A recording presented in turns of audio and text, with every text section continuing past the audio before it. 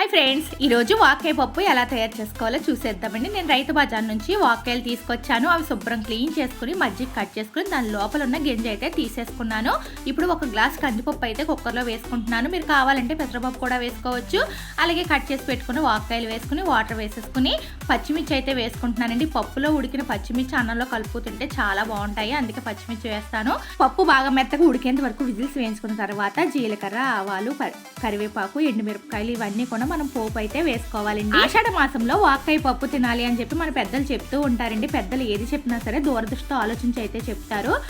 ఆషాఢ మాసంలోనే వర్షాకాలం స్టార్ట్ అవుతుంది. మనకి ఇమ్యూనిటీ పవర్ కూడా ఇప్పుడే తక్కువగా ఉంటుంది. మనకి వైరల్ ఇన్ఫెక్షన్లు అన్నీ కూడా ఈ వర్షాకాలంలోనే వస్తాయి. కాబట్టి ఇమ్యూనిటీ పవర్ ఎక్కువ ఉండే వాక్కాయ, అలాగే మునగాకు, చేతులకు గోరంతా పెట్టుకోవాలని అలాంటి పద్ధతులన్నీ పాటించేవారండి. వాళ్ళైతే మెడిసిన్ ఎక్కువ యూజ్ చేసేవారు కాదు. ఇలాంటి పద్ధతులు పాటిస్తూ రోగాల నుంచి దూరంగా అయితే ఉండేవారు. మనం కూడా పాత పద్ధతులన్నీ పాటిద్దాం, ఆరోగ్యంగా